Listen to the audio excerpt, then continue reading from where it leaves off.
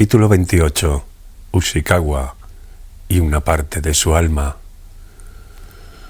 El tubo fluorescente del techo iluminaba el cuerpo de Ushikawa. La calefacción no estaba encendida y habían dejado una ventana abierta, por lo que la sala estaba fría como una cámara de hielo. En el centro habían juntado varias mesas para reuniones y sobre ellas yacía Ushikawa boca arriba. Estaba en ropa interior de invierno y lo habían cubierto con una vieja manta hasta el cuello. La zona del abdomen estaba hinchada como un hormiguero en un campo. Un pequeño paño tapaba aquellos ojos desmesuradamente abiertos que parecían inquirir algo, unos ojos que nadie había podido cerrar. Tenía los labios entreabiertos, pero de ellos ya no escapaba aliento ni palabras.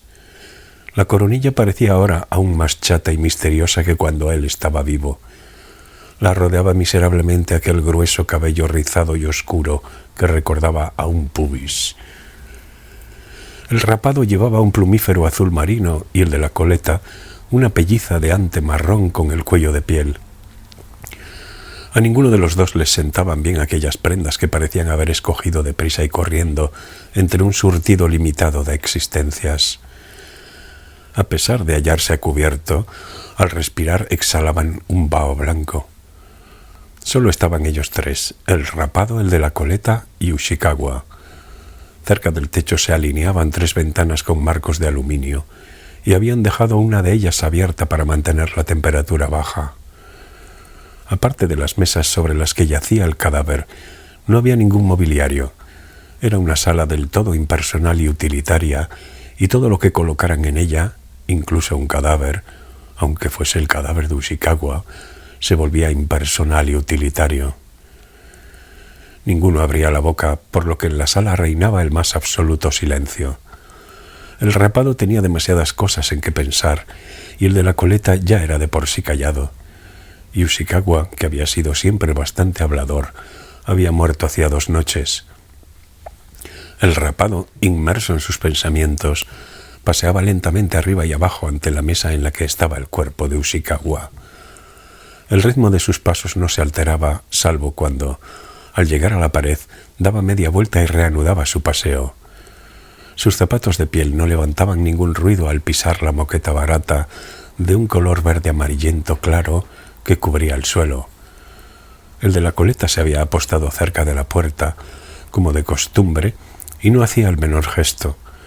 Tenía las piernas ligeramente separadas, la espalda erguida y la mirada fija en un punto impreciso del espacio. No parecía sentir cansancio ni frío, solo, de vez en cuando, un rápido parpadeo y el vaho que salía con regularidad de su boca permitían adivinar que estaba vivo. Ese mismo mediodía, varias personas se habían reunido en aquella fría sala para estudiar la situación. Un miembro de la directiva estaba de viaje y habían esperado un día para que no faltase nadie. Habían hablado en voz baja y contenida para que la conversación no se filtrase al exterior. Era una asamblea secreta. Entretanto, el cadáver de Ushikawa había permanecido tendido sobre las mesas como una máquina expuesta en una feria de muestras. Todavía conservaba el rigor mortis.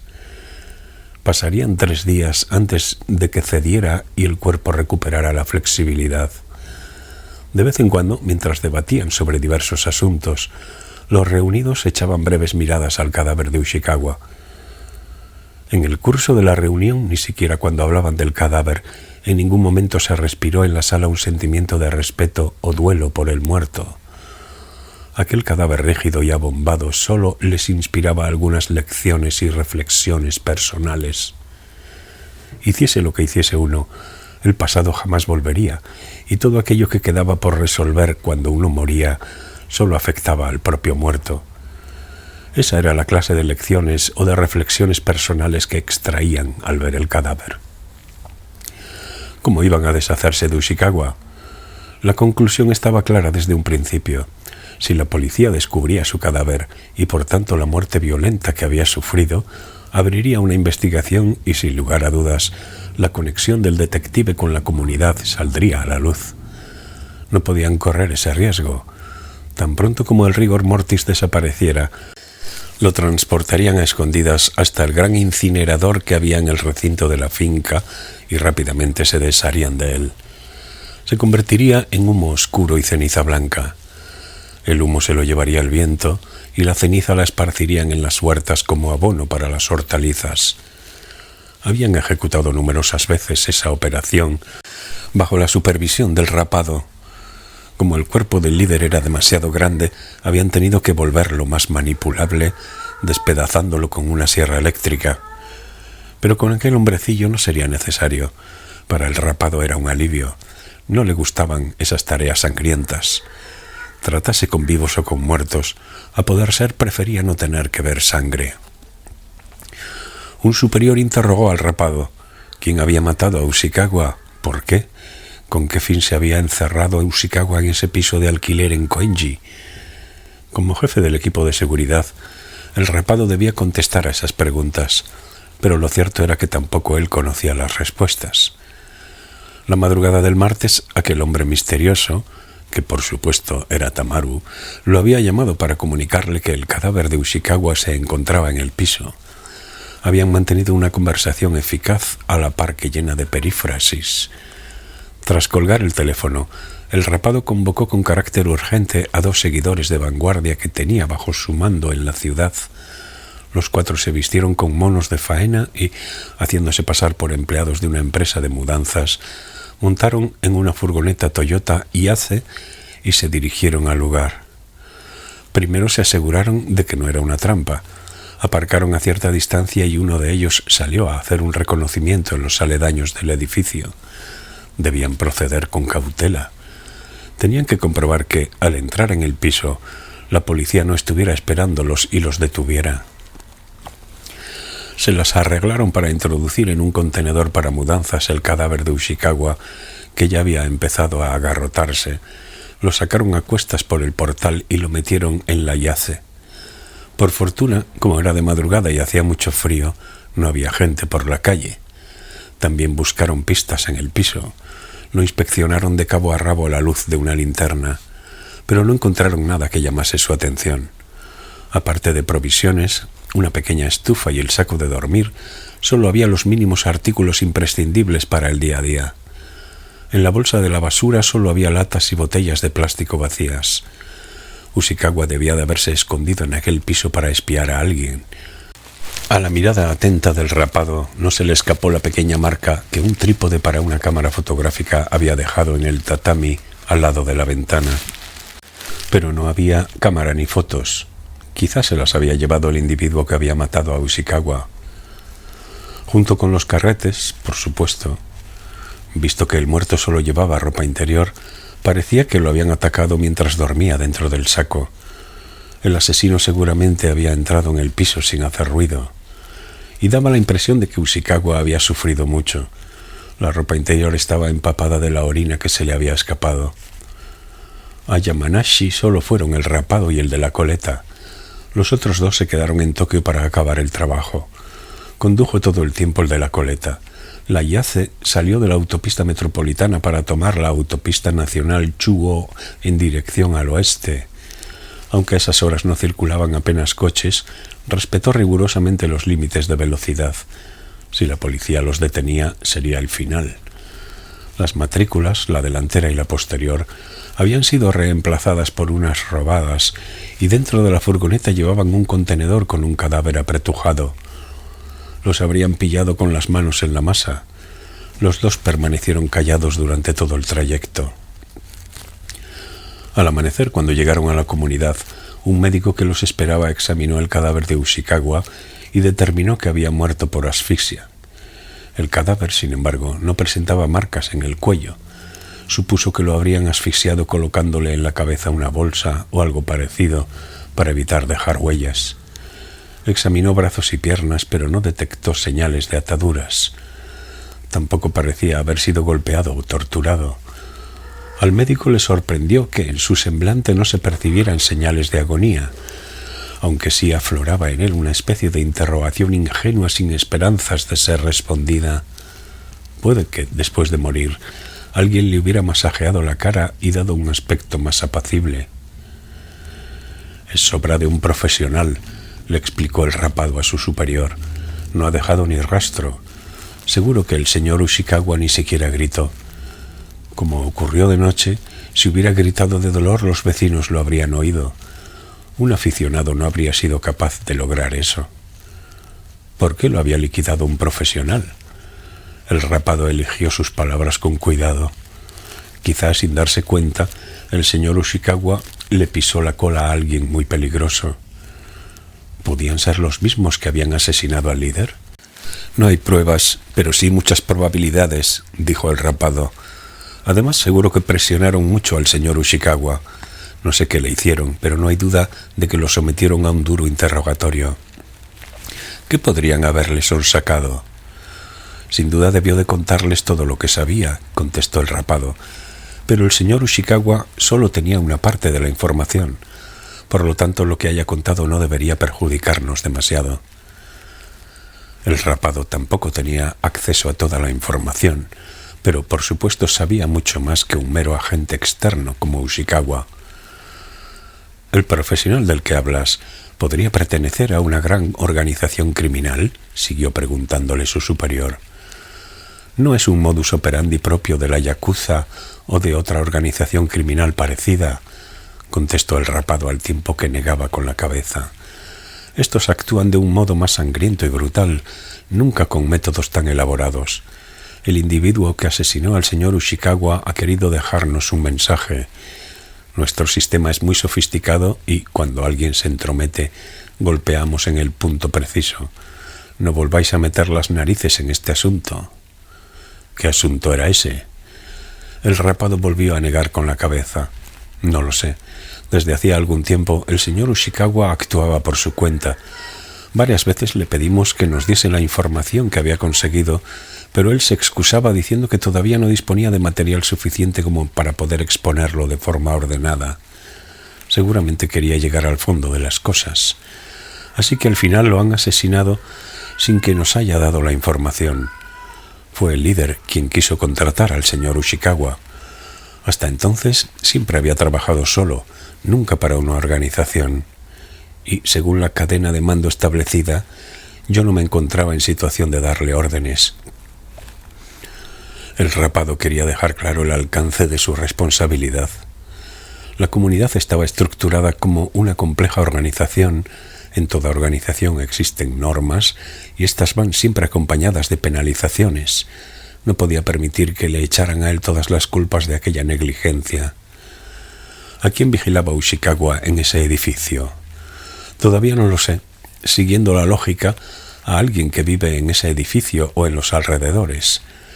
Los que se han quedado en Tokio están investigándolo, pero aún no tengo noticias suyas. Supongo que llevará bastante tiempo averiguarlo. Quizás sea mejor que regrese a Tokio y lo averigüe por mí mismo. El rapado no confiaba demasiado en la competencia de sus subordinados, leales pero poco perspicaces. Por otro lado, no les había dado muchos detalles de la situación. Conseguiría mejores resultados si actuaba solo. También quería registrar a fondo el despacho de Ushikawa, aunque tal vez el hombre que le había telefoneado ya lo hubiera hecho. Pero su superior no autorizó su regreso a Tokio. Hasta que la situación no se aclarase más, él y el de la coleta debían permanecer en la sede central.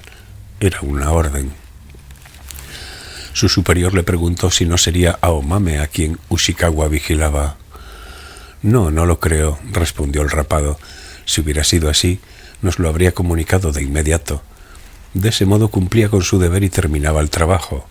Seguramente vigilaba a otra persona que estaba relacionada, o que podía estarlo, con el paradero de Aomame. Es la única explicación posible. Así pues, mientras vigilaba a esa otra persona, ¿se dieron cuenta y tomaron medidas? Sí, muy posiblemente fue así, contestó el rapado. Se acercó demasiado, y solo, a un lugar peligroso. Quizá dio con una buena pista y se precipitó, ansioso por hacer un buen trabajo. Si hubiera vigilado con otros, podrían haberse protegido entre ellos, y el señor Ushikawa no habría terminado así. Por la conversación que mantuviste por teléfono con ese hombre, ¿podemos esperar que acepten que nos reunamos con Aomame? No sabría decirle, pero estaba claro que todo dependía de si Aomame se mostraba dispuesta a negociar con nosotros. Por el modo en que habló el hombre que telefoneó, puedo decir que depende de ella el que la reunión se celebre o no. Imagino que nuestro ofrecimiento de pasar por alto el asunto del líder y garantizar su seguridad le resultará atractivo. Aún así, ellos piden más información, porque queremos reunirnos con Aomame, porque deseamos hacer las paces con ellos, que queremos negociar en concreto. El hecho de que pidan más datos quiere decir que les falta información. Efectivamente, pero al mismo tiempo nosotros tampoco tenemos mucha información sobre ellos. Todavía no sabemos por qué urdieron un plan tan elaborado para asesinar al líder. En cualquier caso, mientras esperamos su respuesta, debemos proseguir con la búsqueda de Aomame, aunque entre tanto le pisemos la cola a cualquiera. El rapado esperó un poco antes de contestar. Contamos con una organización sólida. Podemos movilizar personal y actuar con agilidad y eficacia. También tenemos nuestras metas y un alto sentido de la moral. Si es preciso, estamos incluso dispuestos a sacrificar nuestra vida. Pero, en un nivel puramente técnico, no somos más que una pandilla de aficionados. Ni siquiera hemos recibido formación especializada. Ellos, en cambio, son unos profesionales consumados. Saben lo que se hacen, actúan con sangre fría y no les tiembla el pulso cuando es necesario. Además, parecen tener experiencia. Por otra parte, como usted bien sabe, el señor Ushikawa no era precisamente un tipo descuidado.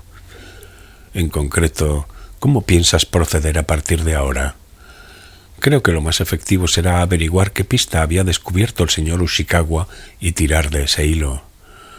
Así pues, no disponemos de más pistas que esa. No, reconoció el rapado. No importa a qué riesgos nos expongamos o cuántas víctimas tengamos que sacrificar, debemos encontrar a Aomame y hacernos con ella, de inmediato. El rapado contestó con otra pregunta. ¿Son esas las instrucciones que la voz nos ha dado? ¿Hacernos con ella de inmediato, sin que importe por qué medios? Su superior no respondió. No podía revelarle más información. El rapado no pertenecía a la directiva. No era más que el jefe de una unidad de ejecución.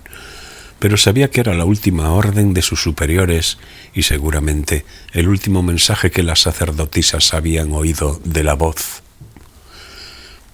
Mientras caminaba de un lado a otro delante del cadáver de Ushikawa en la sala helada, algo cruzó por su mente. Se detuvo al instante, torció el gesto e intentó precisar qué era. Cuando detuvo sus pasos, el de la coleta, junto a la puerta, cambió ligeramente de postura. Soltó un largo suspiro y pasó el punto de apoyo de una pierna a la otra. «Koenji», pensó el rapado. Frunció el ceño y rebuscó en el oscuro fondo de su memoria. Lenta y cuidadosamente fue tirando hacia sí de un fino hilo. Alguien relacionado con todo ese asunto vivía en Koenji, pero ¿quién? Sacó del bolsillo una gruesa agenda ajada y la hojeó a toda prisa. Su memoria no se equivocaba. Era Tengo Kawana. Vivía, efectivamente, en Koenji, Suginami, exactamente en la misma calle y el mismo número que el edificio donde Ushikawa había muerto. Solo cambiaba el número de piso, tercero y primero. ¿Vigilaba Ushikawa los movimientos de Tengo? No cabía duda. No podía tratarse de una coincidencia. Pero, ¿por qué el detective había decidido espiar a Tengo en medio de una situación tan apremiante? Si el rapado no se había acordado de Tengo hasta ese momento, era porque hacía tiempo que había perdido todo el interés por él. Tengo Kawana había reescrito La crisálida de aire, la obra de Eriko Fukada. En la época en que el libro ganó el premio de escritores noveles de la revista, se publicó y se convirtió en un bestseller, quisieron tenerlo bajo vigilancia. Sospechaban también que guardaba algún secreto importante o que desempeñaba algún papel relevante. Sin embargo, ahora su misión ya había terminado. Estaba claro que no era más que un negro. Había reescrito la novela por encargo de Komatsu y se había embolsado unos modestos ingresos. Eso era todo. Detrás no había nada. Ahora la comunidad quería averiguar el paradero de Aomame, pero Ushikawa se había centrado en el profesor de la academia, lo había acechado y lo espiaba, y a raíz de ello había perdido la vida. ¿Por qué? No lo sabía, pero estaba claro que Ushikawa seguía alguna pista. Si se había pegado a Tengo Kawana era porque creía que éste quizá le conduciría hasta Aomame. Así que alquiló el piso, instaló una cámara sobre un trípode al lado de la ventana y pasó sin duda bastante tiempo vigilándolo. ¿Existía algún vínculo entre Tengo Kawana y Aomame? Y si existía, ¿qué clase de vínculo era? El rapado salió de la sala sin decir nada, se dirigió a la habitación contigua donde sí había calefacción y llamó a Tokio, a un apartamento en Sakuragaoka, Shibuya. Ordenó a uno de sus subordinados que regresase de inmediato al piso de Ushikawa en Koenji y desde allí espiase las idas y venidas de Tengo. Es un tipo corpulento y con el pelo corto. No os costará identificarlo. Si sale del edificio, seguidlo los dos sin que se dé cuenta. No dejéis que se os escape. Averiguad a dónde se dirige. Pase lo que pase, pegaos a él. Nosotros saldremos hacia allí en cuanto podamos. El rapado volvió a la sala donde yacía el cadáver y le comunicó al de la coleta que se marchaban a Tokio. El de la coleta solo asintió con un breve gesto. No necesitaba explicaciones. Se limitó a ejecutar lo que le pedían sin demora. Al salir de la sala, el rapado apagó la luz y cerró con llave para que ninguna persona ajena entrase. Salieron del edificio y, en el aparcamiento, eligieron un Nissan Gloria negro de entre una decena de coches alineados. Subieron y el de la coleta encendió el motor. La llave ya estaba puesta en el contacto y, por norma, el depósito de gasolina siempre estaba lleno. Como de costumbre, conduciría el de la coleta. Las matrículas del Nissan Gloria eran legales y la procedencia del vehículo limpia. Aunque pisaran a fondo el acelerador, no se meterían en problemas. Hasta poco después de haber tomado la autopsia, no se acordó de que no le habían autorizado a regresar a Tokio. Tendría que ocuparse de eso más tarde. Ya no había remedio. Era una emergencia. Cuando llegase a Tokio les llamaría para explicárselo. Frunciendo el ceño se dijo que, en ocasiones, las restricciones de la organización eran un fastidio. Cada vez había más normas. Estas, en vez de disminuir, siempre aumentaban de número. Sin embargo, sabía que no podría sobrevivir fuera de la organización. No era un lobo solitario. No dejaba de ser una rueda dentada al lado de muchas otras que se movían al compás que les marcaban desde arriba. Encendió la radio y escuchó las noticias de las 8 de la noche. Apagó el aparato y, tras reclinar el asiento del acompañante, se echó una pequeña siesta. Cuando despertó, sintió hambre. ¿Cuándo había sido la última vez que había comido algo decente? Pero no tenían tiempo para detenerse en un área de servicio. Debían apresurarse. En ese momento, sin embargo, Tengo ya se había reencontrado con Aomame en el tobogán del parque, y los de vanguardia no tenían ni idea de a dónde se había dirigido Tengo. Sobre este y Aomame pendían las dos lunas. El cadáver de Ushikawa estaba tendido en silencio en medio de la gélida oscuridad. En la sala no había nadie más. La luz estaba apagada y la puerta cerrada con llave por fuera. La pálida luz de la luna entraba por las ventanas situadas casi a la altura del techo, pero desde donde lo habían dejado, Ushikawa no habría podido verlas, de modo que no hubiera tenido modo de saber si había una o dos. Como en la sala no había relojes, no se sabía exactamente qué hora era. Debía de haber pasado una hora desde que el rapado y el de la coleta se habían marchado. Si alguien se hubiera hallado en la sala, se habría quedado estupefacto al ver cómo, de pronto, la boca de Ushikawa empezaba a moverse. Era un fenómeno aterrador que desafiaba el sentido común, porque era evidente que Ushikawa estaba muerto y su cuerpo completamente rígido. Pero su boca siguió temblando hasta que, de pronto, con un ruido seco, se abrió desmesuradamente. Si alguna persona hubiera estado allí, habría pensado que Ushikawa estaba a punto de decirle algo, posiblemente algo valioso que solo los muertos conocen, Seguro que, aterrada, esa persona habría contenido la respiración y habría aguardado. ¿Quién podía saber qué clase de secreto se disponía a revelarle? Pero de la boca abierta de Ushikawa no salió voz alguna. No surgieron palabras, tampoco un suspiro, sino 6 personitas. A lo sumo medirían 5 centímetros. Los 6 cuerpecillos ataviados con sus ropas diminutas pisaron aquella lengua musgosa, franquearon la dentadura irregular y sucia y fueron saliendo uno tras otro, cual mineros del carbón regresando a la superficie al atardecer una vez terminada la jornada. Su vestimenta y sus rostros, no obstante, estaban impolutos. Ellos eran ajenos a la suciedad y al desgaste. Tras salir de la boca de Ushikawa, los 6 Little People descendieron a las mesas de reuniones sobre las que yacía el cadáver y, moviendo sus cuerpos, fueron aumentando de estatura. Si las circunstancias lo requerían, podían modificar su tamaño, pero nunca sobrepasaban el metro de altura ni menguaban hasta menos de los 3 centímetros. Cuando alcanzaron 60 o 70 centímetros, dejaron de moverse y, siempre uno tras otro, bajaron al suelo. Sus rostros carecían de expresión, lo cual no quiere decir que fuesen como máscaras. Sus caras eran de lo más normal. Al margen del tamaño, tenían más o menos la misma cara que una persona cualquiera. Simplemente, en ese momento no necesitaban adoptar ninguna expresión.